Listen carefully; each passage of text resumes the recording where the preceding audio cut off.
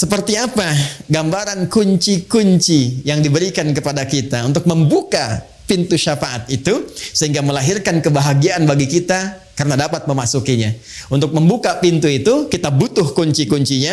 Nah, kunci ini yang akan kita urai di kesempatan kali ini untuk mendapatkan syafaat Nabi Muhammad SAW khususnya saat kembali kepada Allah Subhanahu wa taala. Karena terkait dengan kunci-kunci pintu syafaat yang ditugaskan oleh Allah kepada Nabi Muhammad SAW untuk disampaikan kepada kita. Karena itu kita akan berinteraksi dengan keterangan Nabi SAW, ya khususnya terkait dengan hal-hal yang berkelindan dengan persoalan syafaat. Karena keterangan Nabi SAW ada dalam hadis, karena itu kita coba lacak dalam kitab-kitab hadis Nabi Muhammad SAW. Baik, satu. Ya, kita sekarang akan masuk ke kunci-kunci pembuka pintu syafaat. Ya. Satu, ada dalam hadis riwayat Al-Bukhari. Ini saya ada kitabnya. Ya. Hadis riwayat Al-Bukhari. Dalam topik yang ketiga. Jadi ada 97 topik atau 97 kitab di Sahih Al-Bukhari. Topik yang ketiga, nomor hadis 99. Bab yang ke-33. Babul hirfi 'alal hadis, ya, bab semangat untuk mencari dan mempelajari hadis, riwayat dari sahabat Abu Hurairah radhiyallahu taala anhu. Saya langsung cepat, ya. Rasulullah SAW pernah menyampaikan dalam hadis ini, perhatikan kalimatnya, as'adun nasi bi syafa'ati yaumal qiyamati man qala la ilaha illallah khalisan min qalbihi aw nafsi. As'adun nasi, orang yang paling bahagia, bisyafa'ati, karena mendapat syafaatku, yaumal qiyamati, di hari kiamat. Baik, satu, saya kembalikan. Satu, terdapat dalam Sahih Al-Bukhari, nomor hadis 99 dalam Kitabul Ilmi. Kita tuliskan amalannya. Yang pertama, tadi syafaat milik Allah, lalu Allah memberikan penegasan, ya, kepada Nabi Muhammad SAW. Penegasan yang pertama, Allah menyampaikan ada peluang diberikan langsung kepada Nabi Muhammad sebagai apresiasi tertinggi, penghargaan tertinggi pada seorang Nabi dan Rasul, ya, untuk memberikan syafaat dengan izin Allah Subhanahu wa taala. Siapa yang mendapatkan syafaat Nabi ini? Nabi sendiri yang langsung menyampaikan. Kata beliau, as'adun nasi, orang yang paling berbahagia. Ya, orang yang paling berbahagia, bi syafaati, yang mendapatkan syafaatku, yaumal qiyamati, di hari kiamat, man qala la ilaha illallah khalisan min qalbihi aw nafsihi. Ialah orang yang mampu dengan ikhlas. Awas. Orang yang mampu dengan ikhlas, dengan tulus mengucapkan la ilaha illallah, ikhlas bersyahadat, min qalbihi aw nafsihi, yang bersumber langsung dari kalbunya, dari jiwanya.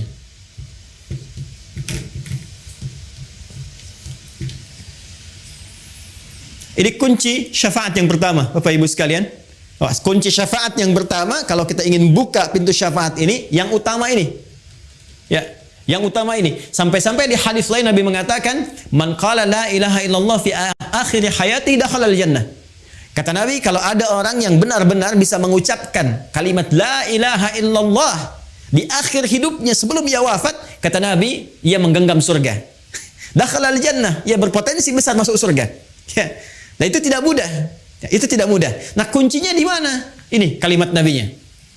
Man qala la ilaha illallah khalisan min qalbihi. Orang yang berpeluang mendapatkan syafaatku, kata Nabi, di hari kiamat kelak adalah orang yang mampu, satu, mengucapkan kalimat la ilaha illallah dengan ikhlas, bersumber dari kalbunya, bersumber dari jiwanya. Ini penting saya jelaskan, Bapak Ibu sekalian. Bagaimana ciri seseorang yang mengucapkan syahadat bersumber dari jiwanya? Karena setiap muslim, tadi saya katakan, itu berpotensi mengucapkan kalimat syahadat. Artinya semua orang berpeluang mendapatkan syafaat. Tapi tidak semua yang mengucapkan syahadat di lisannya itu bisa bersumber dari hatinya. Bahkan nanti turun Quran surah ke-49. Quran surah 49 di ayat yang ke-14. Jadi ada orang-orang, sekelompok orang Arab Baduy datang kepada Rasulullah ingin mengatakan, "Ya Rasulullah, kami telah beriman, kami telah mengimplementasikan syahadat di lisan sampai masuk ke dalam qalbu." Turun jawaban. Ya, turun ayat ini mengatakan, qalatil a'rabu amanna. Orang Arab Baduy berkata, datang kepadamu, kami telah beriman dengan benar. Kata Allah, qul lam tu'minu. Katakan Muhammad SAW, kalian belum serius imannya. Walakin qulu aslamna walamma yadkhulul imanu fi qulubikum. Tapi cukup katakan dulu, kalian baru masuk Islam. Bukankah syarat masuk Islam pertama mengucapkan dengan lisan? Asyhadu an la ilaha illallah, kalimat ini. Asyhadu an la ilaha illallah wa asyhadu anna Muhammadar Rasulullah. Itu kan di lisan. Ketika diucapkan di lisan, sah dia sebagai muslim. Tapi persoalannya, apakah kalimat tadi yang disampaikan di lisan mengalir ke dalam jiwa kita? Ke hati kita? Ya, ini ada perbedaannya. Kata Al-Quran langsung ditegaskan, jika syahadat yang diucapkan itu mengalir sampai kepada kejiwanya, ya, maka ini akan melahirkan satu getaran dalam jiwanya, berbentuk sebuah keyakinan tanpa ragu terhadap apa yang ia yakini, yang ia peluk, yaitu Islam. Ya, keyakinan tanpa ragu itulah yang disebut dengan iman namanya. Orangnya disebut dengan mukmin namanya. Nah, ciri-ciri orang yang punya iman, yang bernama mukmin itu, ini punya cirinya. Ketika syahadatnya sampai ke dalam jiwanya, kemudian masuk ke dalam jiwa takwanya, yang tadi saya sebutkan di awal, dia menjadi mukmin, bukan sekedar muslim. Ya, dia punya iman, keyakinan tanpa ragu dalam jiwanya, maka getaran keimanan ini itu akan menjadi cahaya yang memberikan bimbingan kepada setiap anggota tubuhnya untuk melakukan perbuatan sesuai dengan bimbingan imannya. Perbuatan dalam bahasa Arab disebut dengan amal. Bimbingan iman yang mengiringi perbuatan itu yang ditetapkan, disetujui oleh Allah, dianggap baik oleh Allah, disebut dengan salih namanya. Maka muncullah di sini istilah amal saleh. Amal saleh. Karena itu setiap kita menemukan kalimat iman dalam Al-Quran, itu seringkali diiringi dengan kata amal saleh. Sekarang tiba waktu asar kan? Tadi kan kita salat asar ya? Sekarang surah Al-Asr, lihat ayat surah ke-103. Wal asr. Ya, wal asr. Aku bersumpah, kata Allah, demi kesempatan waktu yang diberikan pada setiap hamba. Asar itu bukan sore. Asar itu setiap kesempatan yang diberikan oleh Allah kepada kita untuk beraktivitas. Innal insana lafi khusr. Setiap manusia itu berpeluang rugi karena tak mampu menggunakan kesempatan yang aku berikan, kata Allah, untuk meniti aktivitas yang baik. Illal ladzina amanu, kecuali orang-orang yang menjadikan waktu tadi sebagai momentum untuk mengkreasikan dengan imannya. Illal ladzina amanu, disebut iman dulu. Lalu setelah dia punya iman, apa dampaknya? Wa amilus salihat. Iman itu akan membimbing dia untuk mengerjakan semua perbuatan-perbuatan baik. Karena itulah Bapak Ibu sekalian, orang yang berucap dengan lisannya asyhadu an la ilaha illallah, kemudian sampai kepada jiwanya secara tulus, secara ikhlas, itu akan tampak semua karakternya dari setiap perilakunya. Jadi kalau kita ingin mengecek apakah keimanan sudah sampai kepada jiwa, itu bisa dilihat dari perilaku kita. Apakah iman itu memancarkan cahaya yang membimbing anggota tubuh kita untuk bersikap? Akan kelihatan. Akan nampak dari perilaku seseorang. Sekarang kita cek. Di dalam Al-Quran, itu semua fungsi tubuh kita, itu seringkali didampingi dengan pendampingan iman. Kita lihat Quran surah ke-24 misalnya. Ya, ayat 30 untuk laki-laki, 31 untuk perempuan. Ketika menyebutkan fungsi mata. Qul lil mu'minina yaghuddu min absarihim. Katakan Muhammad sallallahu alaihi wasallam, pria-pria yang beriman itu pasti matanya hanya digunakan menatap yang baik saja. Bila yang ditatap itu tak baik, dia akan palingkan pandangannya. Quran surah ke-49 ayat 11 sampai 12. Ya ayyuhalladzina amanu, hai semua orang yang beriman, la yasra qaumin qaum, jangan gunakan lisanmu untuk berkata yang tidak baik, apalagi mencela orang lain. La yaghtab ba'dukum ba'dha, jangan bikin hoax, jangan bergibah. Ya, dari mata, dari mulut, lisan, tangan sampai ujung kaki. Ternyata ketika ini akan disebutkan fungsinya, perilakunya, Allah lebih dulu menyebutkan tentang ini, cahaya imannya. Jadi mata orang beriman ketika digunakan pasti akan menatap yang baik-baik. Lisan orang beriman pasti akan bertutur yang baik-baik. Tangan orang beriman menggenggam yang baik sampai ujung kakinya. Nah, semua kebaikan yang dikerjakan karena petunjuk iman itu yang disebut dengan amal saleh. Jadi kalau ada orang yang ingin masuk dalam pintu syafaat, mendapatkan kunci yang pertama, secara singkat rumusnya adalah ini, la ilaha illallah dengan ikhlas yang ditandai dengan meningkatkan amal soleh dalam kehidupannya. Jadi kalau ada, mohon izin, mohon maaf ya, menu amal soleh yang dibentangkan di Al-Quran atau dalam hadis-hadis Nabi Sallallahu Alaihi Wasallam, baik itu misalnya salatkah, infakkah, sedekahkah, interaksi dengan Al-Qur'ankah, pada hakikatnya Bapak Ibu sekalian, itu adalah wasilah terbaik untuk mendapatkan syafaat kelak. Ya. Jadi kalau Anda bertanya bagaimana cara mendapatkan syafaat dari Nabi Sallallahu Alaihi Wasallam, hal yang pertama yang kita lakukan adalah, ayo kumpulkan amal soleh. Buru peluang amal soleh yang masih ada peluang kita dapatkan sepanjang kehidupan Allah berikan kepada kita. Ya, jadi ini kunci yang pertama, seseorang ingin mendapatkan syafaat dari Nabi Muhammad SAW khususnya, maka rumus umum yang pertama, sekali lagi saya katakan rumus umum yang pertama, artinya semua orang berpeluang mendapatkannya, ya, adalah mengumpulkan amal soleh dari semua peluang yang dibentangkan kepada kita dalam konteks kehidupan kita pada saat ini. Jadi silahkan Pak, ya, kalau nanti tiba waktu salat, ya kita membacanya bukan sekedar kewajiban, ini peluang saya mendapat syafaat nih. Kalau saya tinggalkan, saya malas-malasan, sekarang Anda merespon sholat dengan malas-malasan. Coba bayangkan kalau di hari kiamat, nanti syafaat yang didapatkan oleh Anda pun juga bersifat malas-malasan. Ya Rasulullah, saya ingin syafaatmu. Ya, malas nanti aja. Kamu tunggu giliran gitu kan. Ya, karena itu ketika disampaikan dalam Al-Quran, semua yang minta itu, yang ingin A, ingin B, ingin berdoa dan sebagainya, itu stimulusnya selalu amal soleh. Silahkan cek Quran surah kedua Al-Baqarah ayat 186. Ya, ketika Allah menyampaikan, wa idza sa'alaka 'ibadi 'anni fa inni qarib ujibu da'watad da'i idza da'an. Ya, jika hambaku bertanya kepadamu Muhammad sallallahu alaihi wasallam, ingin mendekat kepadaku, ingin berdoa, ingin meminta, ingin memohon, di antara permintaan itu kan kita minta syafaat, minta ampunan dosa, minta pemaafan dari kesalahan. Kata Allah, ujibu da'watad da'i idza da'an. Aku akan jawab doanya sepanjang dia bermohon. Ya, falyastajibuli wal yu'minu bi. Tapi, nah, yang paling utama kalau doa ingin cepat dikabulkan, ingin cepat aku jawab, ingin cepat aku respon, falyastajibuli. Maka respon seruanku, kata Allah. Wal yu'minu bi, lagi-lagi lakukan dengan iman. Ini, lakukan dengan iman. Jadi ketika Allah meminta kita, ya, menyeru kita lewat salat misalnya, ayo tunaikan salat, ada seruan harta lewat zakat, infak, sedekah, seruan interaksi dengan Al-Qur'an, itu sesungguhnya peluang tercepat yang mengantarkan kita pada jawaban doa. Dan puncaknya syafaat. Jadi kalau dengar suara azan, Allahu Akbar, Allahu Akbar, ini peluang syafaat nih. Katanya pengen ampunan dosa. Ya, ini peluang kebahagiaan nih. Makanya panggilan salatnya disandingkan dengan kebahagiaan. Bukankah Anda kalau sudah mendapatkan jawaban bahagia? Makanya ketika Anda bertanya, kenapa sih mesti salat? Ya, hayya 'alas shalah. Ayo salat, kenapa harus salat? Jawabannya indah sekali. Allah tidak mengatakan itu kewajiban bagimu. Ini begini, ini begitu. Iya, hukum secara fikih kewajiban. Wajib kita mengerjakan. Kenapa dipaksa wajib? Hayya 'alal falah, supaya kamu bahagia. Di saking rahmannya Allah kepada kita, dijadikan salat itu wajib yang memaksa kita mendapatkan kebahagiaan yang kita inginkan. Nah, ini yang pertama ya. Jadi ini rumus umum yang pertama, orang-orang yang berpotensi bahagia mendapatkan syafaat dari Nabi Muhammad SAW di kalangan umatnya, yaitu orang yang pertama gemar mengumpulkan amal soleh dalam misi kehidupannya.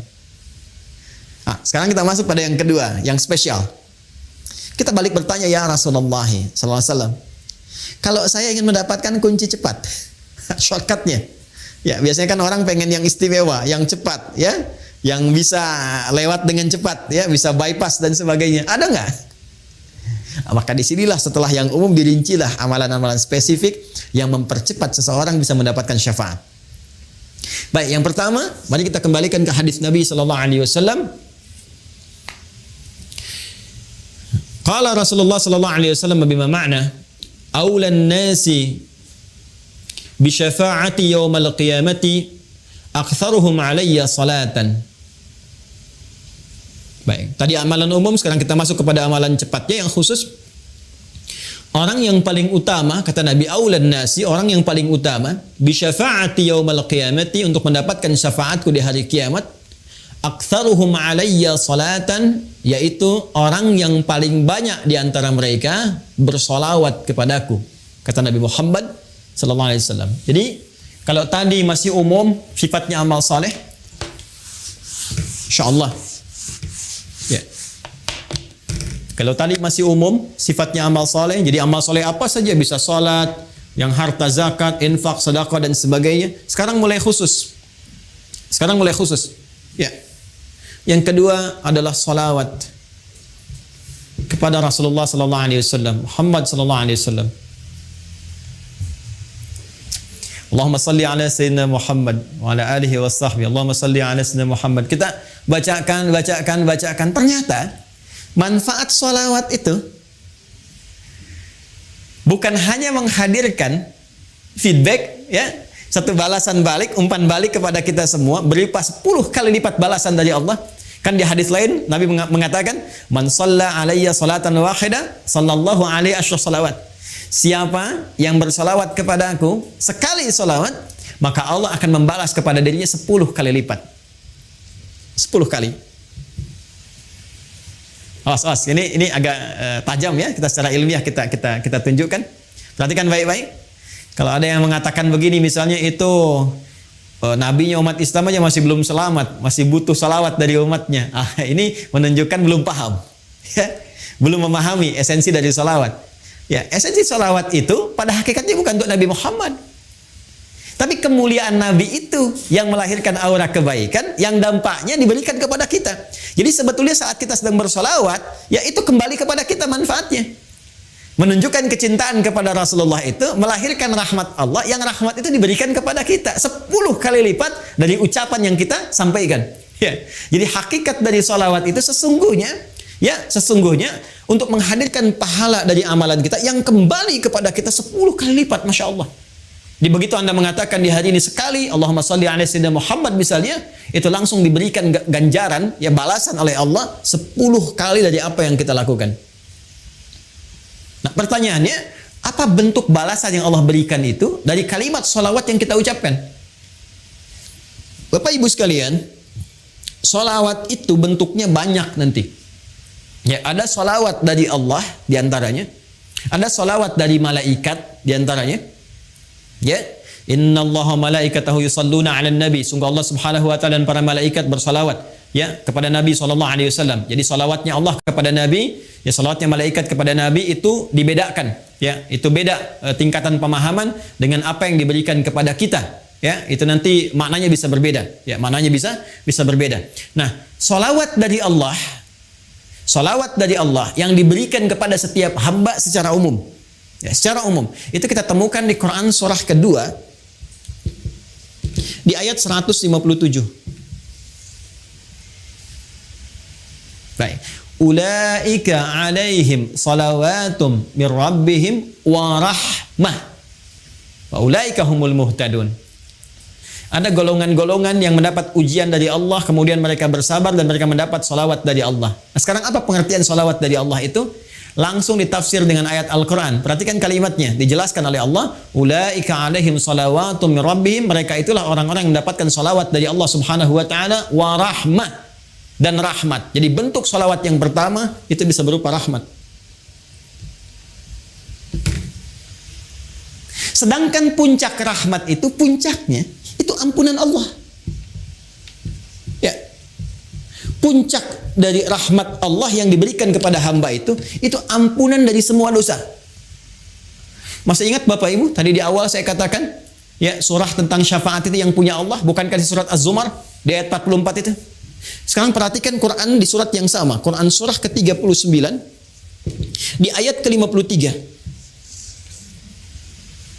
Ayat ini turun merespon tentang seorang yang telah melakukan dosa besar, yang dia merasa putus asa. Wah, ini saya dapat nggak ampunan dari Allah nih? Diampuni nggak dosa ini nih? Dosa saya terlalu besar ini, terlalu banyak kesalahan yang saya perbuat. Tiba kemudian datang kepada Rasulullah turun ayat ini. Qul ya ibadiyalladzina asrafu ala anfusihim. Katakan Muhammad sallallahu alaihi wasallam kepada hambaku yang merasa israf, Mereka berbuat kesalahan yang sudah banyak dilakukan. Matanya, lisannya, telinganya, tubuhnya banyak berbuat maksiat dalam kehidupan. La taqnatu min rahmatillah. Jangan putus asa untuk mendapatkan rahmat Allah Subhanahu wa taala. Innallaha yaghfiru dzunuba jami'a. Kalau Allah sudah berikan rahmatnya, maka Allah ampuni semua dosa-dosa yang melekat pada hambanya. Jadi puncak ampunan Allah kepada seorang hamba yang berbuat banyak maksiat dan dia mau kembali kepada Allah adalah apa yang diberikan berupa ampunan total yang disebut dengan rahmat. Ya, sehingga ada yang mengartikan salawat dari Allah itu sifatnya ampunan, maghfirah, dan puncak dari maghfirah adalah rahmat. Ya, sedangkan rahmat itu disatukan dalam konsep salawatullah, salawat dari Allah. Quran surah kedua ayat 157. Ulaika alaihim salawatun rabbihim wa rahmah. Ya, sedangkan untuk mendapatkan salawat Allah ini cara cepatnya, shortcutnya kata Nabi, salawat pada Rasulullah. Ya. Siapa yang satu kali salawat kepada Nabi, maka Allah memberikan salawatnya 10 kali kepadanya. Masya Allah. Dalam sehari Allah turunkan rahmatnya kepada seorang hamba. Ya, saya rahmati engkau, saya ampuni dosamu, saya maafkan kesalahanmu. Jika ia tulus mengucapkan itu dalam kesehariannya. Ya, karena itu orang-orang soleh di masa lalu, bukan hanya ulama Pak, Bu. Ya, bukan hanya ulama, sampai ke level-level pemimpin. Ya, itu ada level pemimpin di masa era Turki Utsmani itu, yang sehari itu bisa ribuan salawat kepada Nabi. Ya, Allahumma salli ala sayyidina Muhammad, Allahumma salli ala sayyidina Muhammad, di sela-sela yang senggang. Ya, Anda sambil kerjakan tugas, sambil bekerja yang kira-kira waktunya luang, perbanyak sholawat, sambil nunggu misalnya waktu sholat, perbanyak sholawat. Ternyata di antara manfaatnya ini, berpeluang untuk mendekatkan kita meraih syafaat dari Rasulullah SAW. Ya, dan jalur dalilnya telah saya sebutkan. 3, saya agak cepat ya. Nanti kita berikan 3 atau 4 saja ya. Setelah itu mungkin ada satu sesi sedikit waktu untuk kita berdiskusi, saya perkenankan ya. 3 dengan cepat. Nah, jadi ini amalan umum, amalan khusus salawat, amalan khusus lagi yang ketiga. Nah, ini yang paling menarik. Ini yang sangat banyak ini ya. Ini banyak dan ini bisa menambah syafaat lagi. Ya, kalau yang ini kan tadi ya Allah berikan lewat Nabi Muhammad, ya kan? Ya, kemudian juga peluang ini salawat kepada Nabi Muhammad SAW. Yang ketiga ini kalau kita lakukan selain Nabi Muhammad SAW yang diizinkan oleh Allah memberikan syafaat kepada pelakunya ini amalannya sekaligus memberi syafaat kepadanya. Ya. Jadi kalau kita bersalawat kan bukan salawatnya, ya kan? Ya, Rasulullah memberikan syafaat, ya diizinkan oleh Allah dengan salawat itu. Kalau ini tidak, kita mengerjakan amalannya, amalan itu dengan izin Allah memberikan syafaat kepada kita. Ya, bentuk amalannya. Apa itu? Interaksi dengan Al-Quran. Interaksi dengan Al-Quran. Masya Allah. Nah, interaksi dengan Al-Quran. Yuk kita bacakan hadisnya. Qala Rasulullah sallallahu alaihi wasallam, "Iqra'ul Qur'ana fa innahu ya'ti yaumal qiyamati syafi'an li ashabihi." Bacalah oleh kalian Al-Quran. Tingkatkan interaksi kalian dengan Al-Quran. Masya Allah. Nanti interaksi dengan Al-Quran dibagi 3 bagian. Ada yang membaca, memahami, ya, kemudian membaca, mengkaji, dan yang terakhir menghafalkan. Ya, menghafalkan. Ketiga-tiganya berusaha mengamalkannya. Dia mencintai Quran, dia berinteraksi dengan Al-Quran. Ini yang disebut ahli Quran. Ya, jangan salah paham ya Bapak Ibu ya. Ahli Quran itu bukan dibatasi yang hafal 30 juz, bukan. Ahli Quran itu yang punya kecintaan terhadap Quran dan bentuknya macam-macam. Ada dia belum hafal tapi rajin ngaji gitu. Rajin tiap hari. Satu hari ada yang 1 juz, satu hari ada yang 2 juz, satu hari ada yang 5 juz. Terus dia baca, bahkan meninggalnya pun sedang pegang mushaf. Ada yang begitu, Masya Allah. Ya. Ada lagi ahli Quran yang dia senang mengkaji. Hari ini aku ingin tahu makna surat Al-Duha. Besok aku ingin riset surat Al-Insyirah. Rajin dia kaji. Yang ketiga ada ahli Quran yang alhamdulillah, Masya Allah, sekarang sedang banyak meningkat di Indonesia. Menjadi ahli Quran yang menghafal Al-Quran, penghafal Quran. Quranun yamshi, Quran yang berjalan di muka bumi. Ya, dia menghafal, berinvestasi waktunya untuk mendekat kepada Allah lewat Al-Quran. Ternyata itu luar biasa. Kata Nabi, iqra'ul Qur'ana, berinteraksilah kalian dengan Al-Quran, minimal kalian perbanyak bacaan Al-Quran itu. Fa innahu ya'ti yaumal qiyamati syafi'an li ashabi. Karena sesungguhnya Al-Quran itu sendiri, akan datang di hari kiamat Ya, kemudian memberikan syafaat kepada sahabat-sahabatnya. Ya. Siapa sahabat Al-Quran itu? Tadi yang saya sebutkan. Sahabat itu kan dari kata sahiba, sesuatu yang dekat, lekat. Orang yang lekat, cinta dengan Al-Quran, nggak mau pisah dengan Al-Quran. Tiap hari kalau nggak baca hatinya gersang, gelisah. Kalau dia nggak ngaji, nggak enak, perasaan ada yang hilang, ya kan? Kalau dia nggak murajaah, ada yang nggak enak. Itu yang seperti itu, Qurannya nanti, ya itu akan jadi syafaat bagi dia di hari kiamat. Bahkan hadis tentang ini begitu rinci. Kalau kita lihat di At-Tirmidzi misalnya, ya di At-Tirmidzi hadisnya lebih jelas sekali. Ya ketika nanti akan dihisab di hari kiamat, itu selain diberikan pahala yang sangat luar biasa, satu hurufnya 10, man qara'a harfan min kitabillahi falahu asyru hasanat. Siapa yang membaca satu huruf di kitabullah itu, di Al-Quran, dibalas dengan 10 kebaikan. Ya, langsung. Nanti saat kembali kepada Allah, Qurannya berkata, Allahumma hallih. Ya, sebelum ditempatkan dia ke surga dengan izin Allah Subhanahu wa taala ketika mendapat rahmatnya, kata Allah, ya, itu langsung Qurannya memohon kepada Allah. Allahumma halli, ya Allah, berikan hiasan pada dirinya, bedakan dengan yang bukan ahli Al-Quran. Ya, maka dipakaikan kepadanya mahkota kehormatan, tajul karamah. Diberikan mahkota. Ya, kemudian diperintahkan orang tua atau fasilitator yang menjadikan dia senang dengan Al-Quran, yang sama-sama mendapat rahmat Allah, diberikan pula. Kemudian Al-Qurannya berkata, ya Allah tambahkan lagi kepadanya. Ya, tambahkan kepada yang ahli Quran tadi, bedakan dengan fasilitator. Fayulbasu ilaihi libasal karamah, maka dipakaikan jubah kehormatan. Jadi dia pakai mahkota kehormatan, pakai jubah kehormatan, dan dahsyatnya ketika akan masuk ke dalam surga setelah mendapatkan syafaat tadi yang Allah izinkan, itu turun langsung ayat menyampaikan. Di Quran surah ke-13 Ar-Ra'd ayat 23 sampai 24. Itu diparadekan, disambut oleh semua para malaikat di depan pintu surga. Jannatu 'adnin yadkhulunaha wa man salaha min abaihim wa azwajihim wa dhurriyyatihim wal malaikatu yadkhuluna 'alaihim min kulli bab. Salamun 'alaikum bima sabartum fa ni'ma 'uqbaddar. Fa ni'ma 'uqbaddar. Ya, kata Allah, ada nanti golongan sekeluarga besar, sekelompok akan masuk surga dari surga Aden. Kemudian disambut oleh para malaikat di depan pintu surga. Mereka melewati, kata malaikat, selamat ya, kalian telah sabar berjuang untuk mendapatkan kemuliaan ini. Sekarang silahkan nikmati tempat terindah yang paling nikmat yang belum pernah dijamah oleh siapapun dari makhluk Allah Subhanahu wa taala. Ahli Quran. Ahli Quran. Ya, bahkan nanti di hadis lain, ya, di hadis lain, Anda yang baru sampai Al-Baqarah saja dengan Ali Imran, itu diapresiasi langsung oleh Allah. Al-Qurannya itu, Al-Baqarah, Ali Imrannya menjadi pelindung kita di Yaumil Mahsyar. Syafaat pertama yang didahulukan. Itu kalau sudah begitu tanda-tanda kebaikan. Kan di hadis umum itu cuma 7 golongan kan? Masih dengar? Ya, masih ingat? Sab'atun yadhilluhumullahu fi dhillin yauma la dhilla illa dhilluh. Ada 7 golongan yang dilindungi, dinaungi di hari kiamat. Ya, saat proses hisab itu, saat semua orang tidak berpotensi mendapatkannya, 7 golongan dapat itu. Ya, al-imamul adil, ada pemimpin yang adil, dan terusan-terusan yang lainnya. Ya, tapi dari sekian banyak 7 golongan itu, ada orang yang punya khusus, spesifik, naungan khusus. Jadi kalau dia keluar dari naungan besar itu pun masih ada naungannya sendiri. Siapa itu? Adalah orang yang menjadi kerabat surah Al-Baqarah dan surah Ali Imran. Iqra'u Zahrawaini, kata Nabi. Hei, banyak-banyakin kalian dekat-dekat dengan surah Al-Baqarah dan Ali Imran, Zahrawaini. Ya, fa'innahuma, maka sesungguhnya mereka berdua, ya, yaitu Al-Baqarah dan Ali Imran itu, keduanya akan menjadi 2 awan yang menaungi khusus. Ya, ghamamatan, ya, kedua awan yang menaungi khusus untuk hamba Allah ahli Al-Baqarah dan Ali Imran saat yaumul hisab itu terjadi. Ini syafaat. Jadi sekali lagi, ya, kalau kita persingkat dari bahasan dan waktu yang singkat ini, setiap orang yang ingin mendapatkan syafaat Nabi itu pintunya sangat berpeluang dihadirkan oleh Allah Subhanahu wa taala sepanjang dia menjadi umat Muhammad sallallahu alaihi wasallam. Hanya persoalannya, dia harus memiliki kunci untuk membukanya.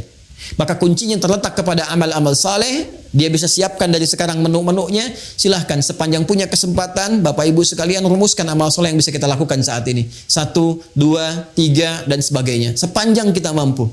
Ya, kalau bisa, saya waktu kecil itu suka bikin buku isinya tuntunan amal saleh. Jadi saya tuliskan tuh. Kalau sholat ada berapa jenis, yang fardu, yang sunnah, terus gitu. Nanti kalau saya kerjakan checklist, kalau tidak saya silang gitu ya. Terus nanti di harta ada zakat, infak, sedekah, sehari targetnya berapa, sebulan keluar enggak gitu ya. Nah, dengan Al-Quran targetnya sehari berapa terus, itu kalau sampai meninggal kita konsisten, istiqamah kita melakukannya, Masya Allah, itu akan ada tanda-tanda kebaikan, bahkan sejak hidup, akan wafat sampai wafat, kemudian saat dibangkitkan.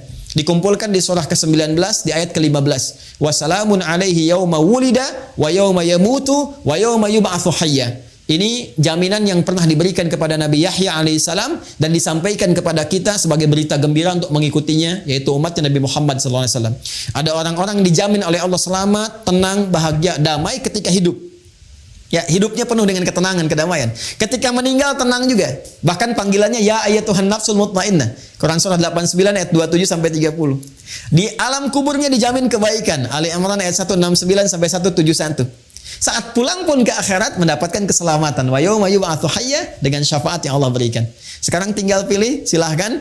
Ya, yang ada peluang dengan Al-Quran, mulai sekarang bikin menu Al-Quran. Ya, ada peluang dengan solawat. Wah, ini selalu punya peluang, kita banyakin solawat. Ada peluang dengan harta benda. Tadi juga sudah banyak ditawarkan amalan.